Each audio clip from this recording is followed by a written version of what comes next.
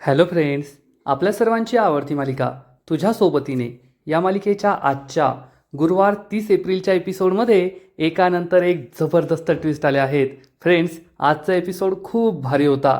एकीकडे मल्हार आणि नुपूर या दोघांच्या लग्नाचा पहिला विधी सीमांत पूजन होता. पण तायडीने आपल्या माजुरड्या मैत्रिणीसुद्धा बरोबर आणल्या होत्या आणि त्यांना एकच काम दिलं होतं, नुपूर आणि तिच्या कुटुंबाचा अपमान करायचा.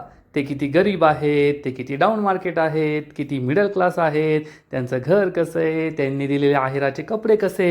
यावरून तायडीच्या दोन मैत्रिणी फक्त नावं ठेवत होत्या, पण नुपूरने त्यांना चांगलं सुनावलंय आणि त्यांची बोलती बंद केली आहे. या दोन मैत्रिणींना एवढा राग आला की त्यांनी तायडीकडे तक्रारसुद्धा केली. आम्ही काय इथे आमचा अपमान करून घ्यायला नाही आलो आहे. आणि मग हे सगळं घडलं तरी कसं, हे जाणून घेण्यासाठी हा व्हिडिओ शेवटपर्यंत नक्की पहा. फ्रेंड्स, आजच्या एपिसोडच्या सुरुवातीलाच अन्वय आणि ईशा तायडी आणि तिच्या मैत्रिणींचं स्वागत करतात. तर या तायडीच्या मैत्रिणी तायडीने सांगितल्याप्रमाणे अन्वयच्या अपमानाला सुरुवात करतात आणि अन्वयवर चिडून म्हणतात, ए तू नौकर आहेस ना, मग इतका मास्क काय दाखवतो रे, जा आमच्या गाडीमध्ये आमचं सामान ठेवलं आहे, तेवढं सगळं सामान घेऊन ये. हे ऐकून अन्वय आणि ईशाला मोठा धक्काच बसतो. तायडी चांगलीच खुश होते. अन्वय त्यांना समजवण्याचा प्रयत्न करतो, सॉरी तुमचा काहीतरी गैरसमज होतोय, पण तो पुढे काही बोलणार तर लगेच या तायडीच्या मैत्रिणी म्हणतात, ए डोळे कोणाला दाखवतो रे, डोळे खाली करायचे, नौकर आहे ना, नौकराने नौकरासारखं राहायचं, जास्त शहाणपणा नाही करायचा. अन्वयच्या पायाखालची जमीनच सरकते.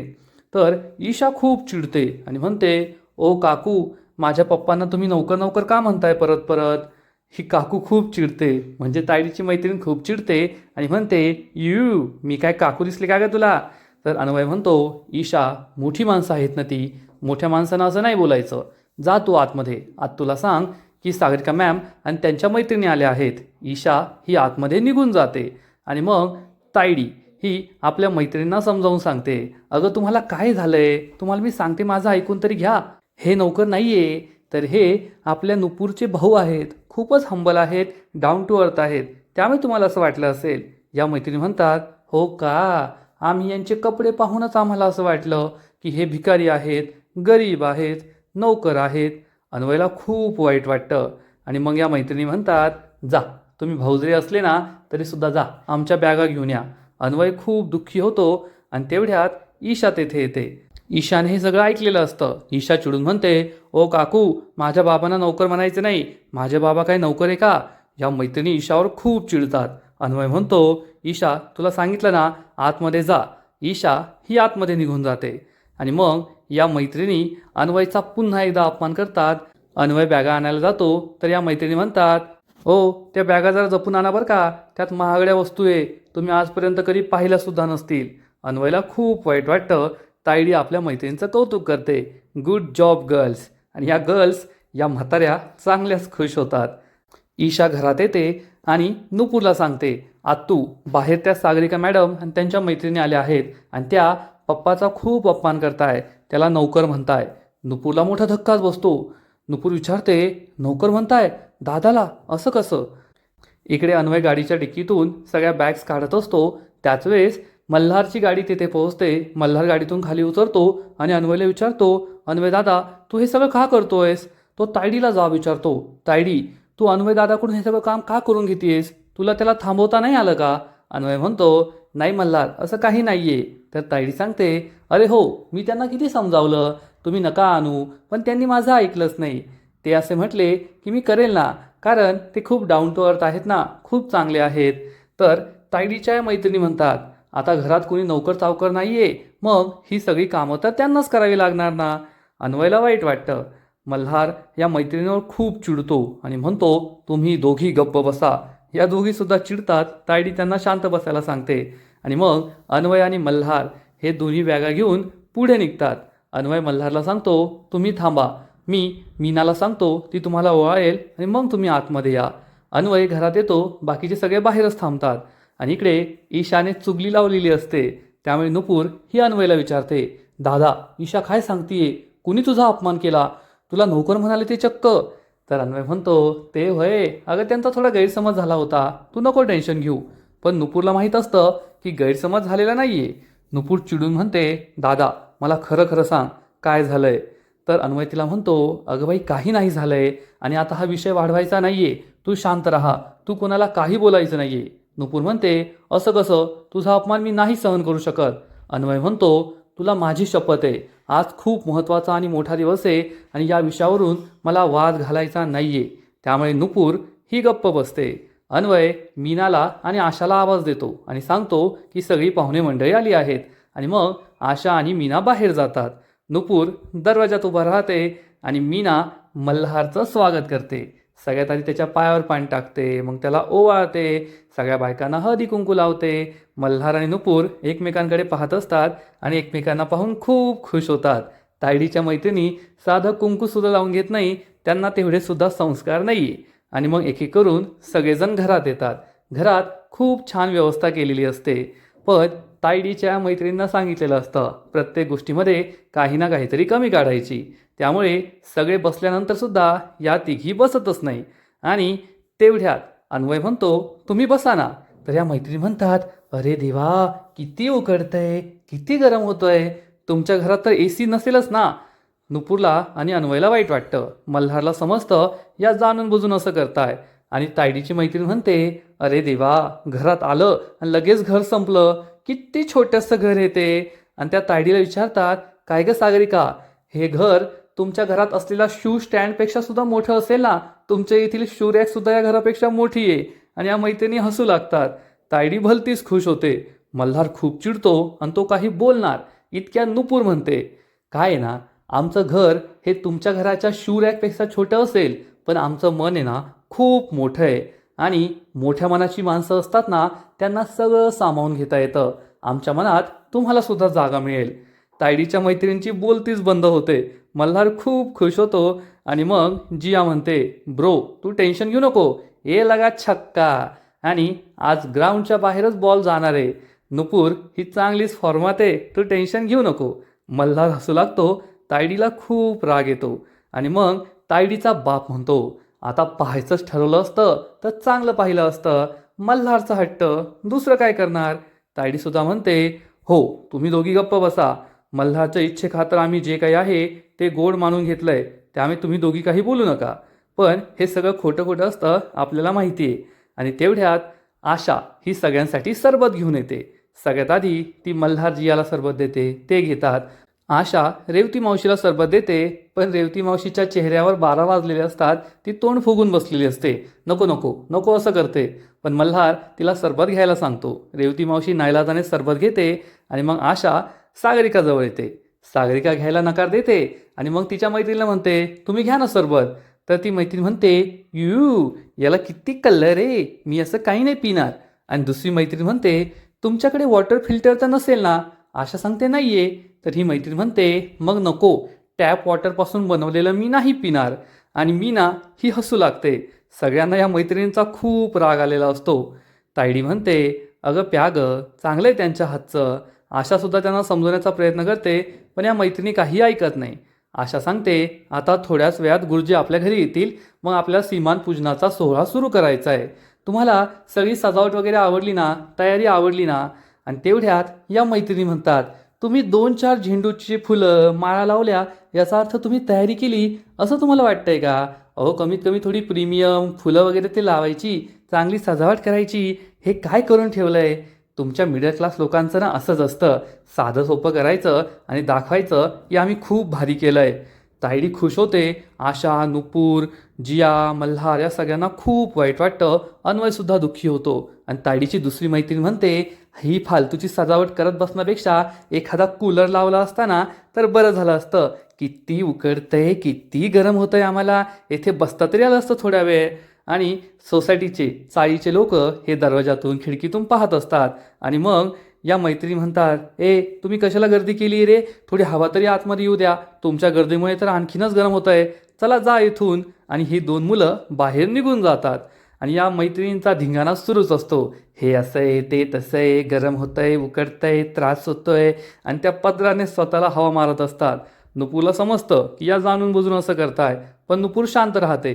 आणि मग तेवढ्यात जी 2 मुलं बाहेर गेली होती, एक मोठा फॅन घेऊन येतात आणि म्हणतात, ओ मॅडम तुमच्यासाठीच फॅन आणला आहे, आता तुम्हाला काही उकडायचं नाही. या 2 मैत्रिणींची बोलतीच बंद होते. आणि मग नुपूर त्यांना ठणकावून सांगते, कसं आहे ना, हे ना गर्दी नाही आहे, तर प्रेमाची जमवलेली नाती आहेत. आम्ही न सांगता न विचारतासुद्धा ती आमची मदत करायला धावतात, एवढं लक्षात ठेवा. तायडीच्या मैत्रिणींना खूप राग येतो. मल्हार म्हणतो, कसं आहे ना तायडे, तुझ्या ह्या 2 मैत्रिणी आहेत ना, त्यांचं मन आहे ना खूप छोटं आहे. त्यांचा बँक बॅलन्स, त्यांचं घर, त्यांची प्रॉपर्टी मोठी असेल, पण मनाच्या त्या खूप कोत्या आहेत.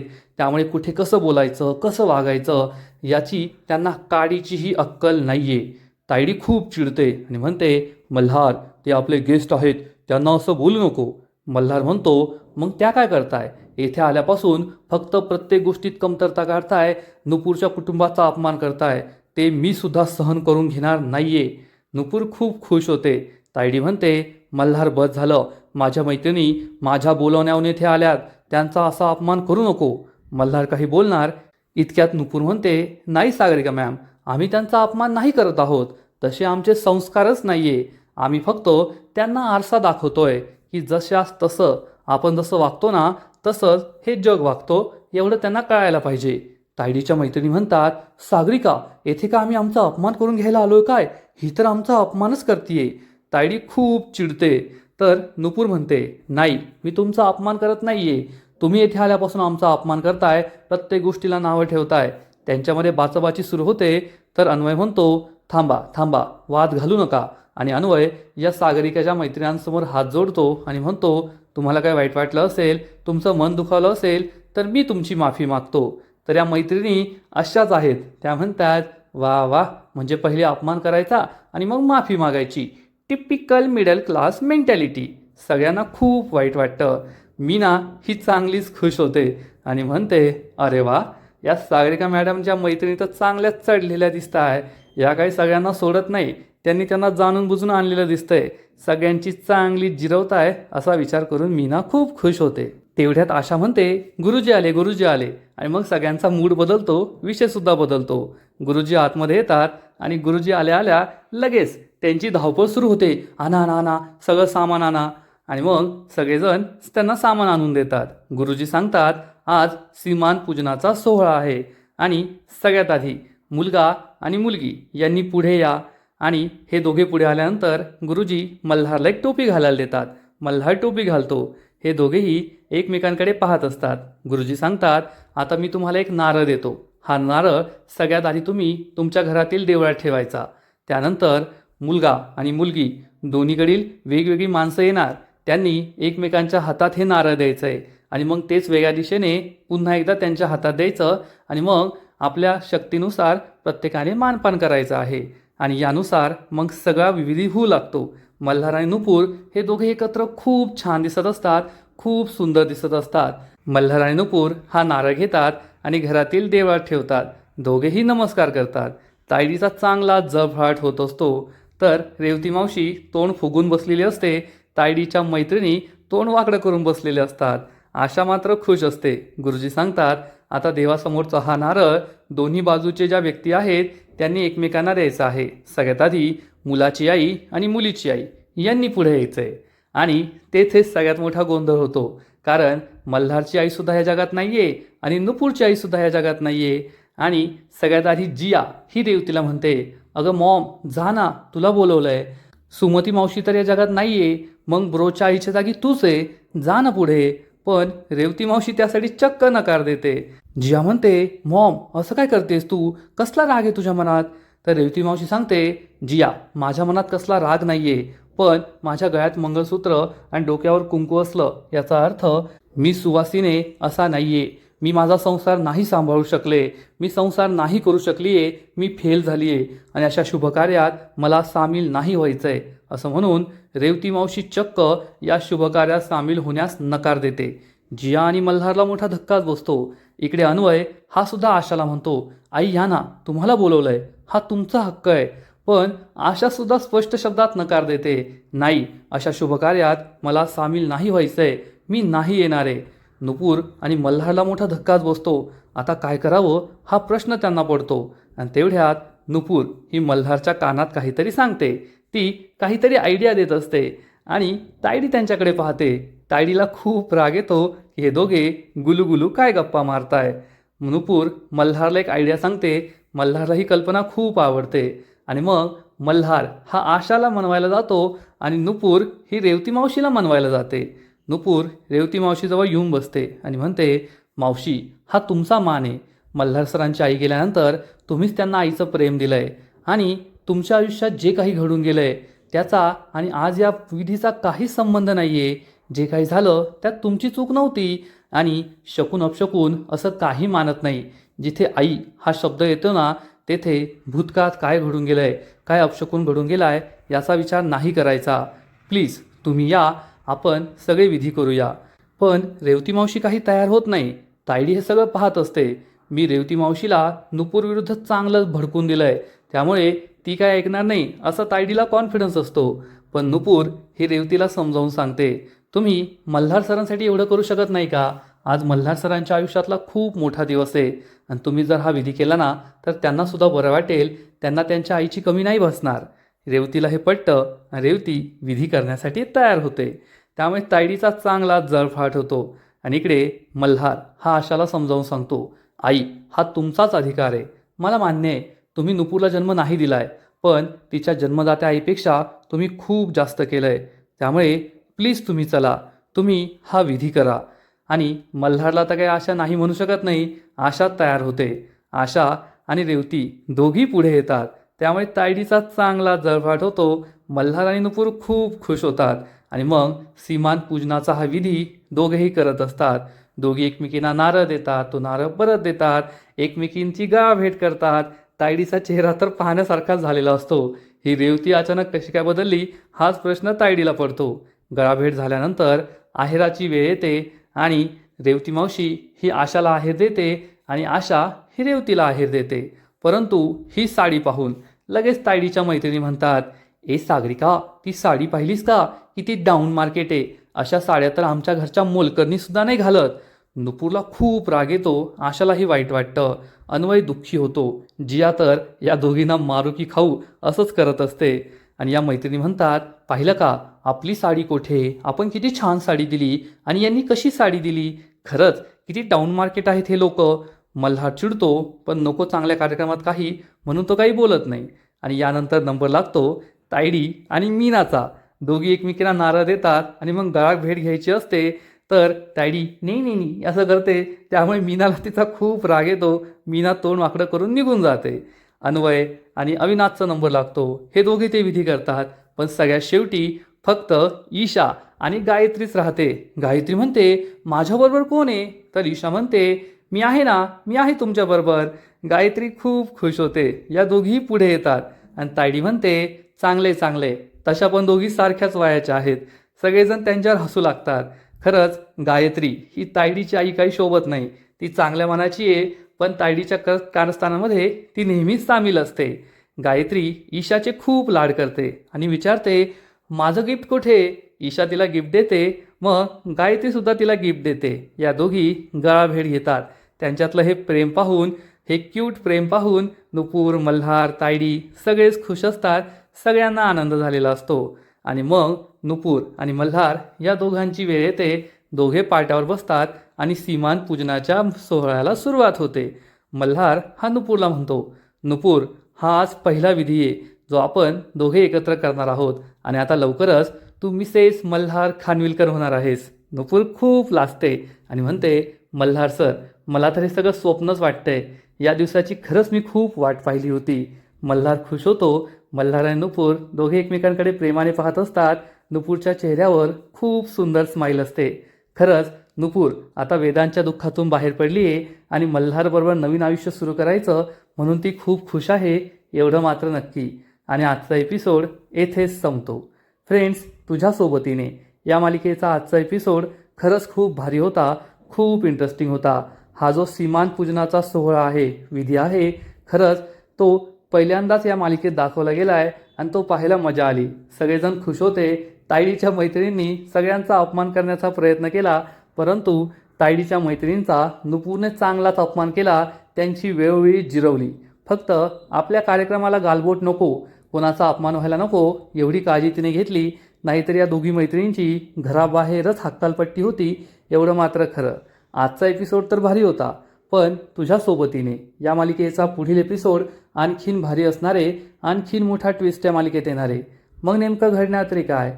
तर फ्रेंड्स, या मालिकेच्या पुढील एपिसोडमध्ये आपण पाहू की नुपूरला जेव्हा आहेर देण्याची वेळ येईल, म्हणजे लग्नाच्या वेळेस तिच्या सासरहून पहिली साडी, परंतु या साडीवर चक्क हळदी कुंकवाचा डाग असणार. हे पाहून सगळ्यांना मोठा धक्काच बसेल. तायडी म्हणेल मला नाही माहीत हे कसं झालं, रेवती पण म्हणेल मला नाही माहीत, पण आपल्या सगळ्यांना माहिती आहे हे तायडीचंच कट कारस्थान आहे. आणि मग तायडीच्या मैत्रीण तर आहेतच, अगं नुपूर तुला सेकंड हँड नवरा चालतो, मग सेकंड हँड साडीला काय फरक पडतो? तेव्हा नुपूर आणि मल्हार दोघेजण या मैत्रिणीची चांगलीच जिरवणार. मग आता हे सगळं होणार तरी कसं? नक्कीच हे पाहायला खूप मजा येईल, यात शंका नाही. तर फ्रेंड्स, तुम्हाला सुद्धा तुझ्या सोबतीने ही मालिका आवडते का? नक्कीच कमेंट करून सांगा. आणि या मालिकेचे असेच नवीन नवीन एपिसोड, नवीन नवीन अपडेट सर्वात आधी पाहण्यासाठी व्हिडिओला लाईक करा, शेअर करा, चॅनलला सबस्क्राईब करून बेल आयकॉनवर क्लिक करा. म्हणजे या मालिकेचे नवीन नवीन एपिसोड तुम्हाला सर्वात आधी पाहायला मिळतील. खूप खूप खूप धन्यवाद.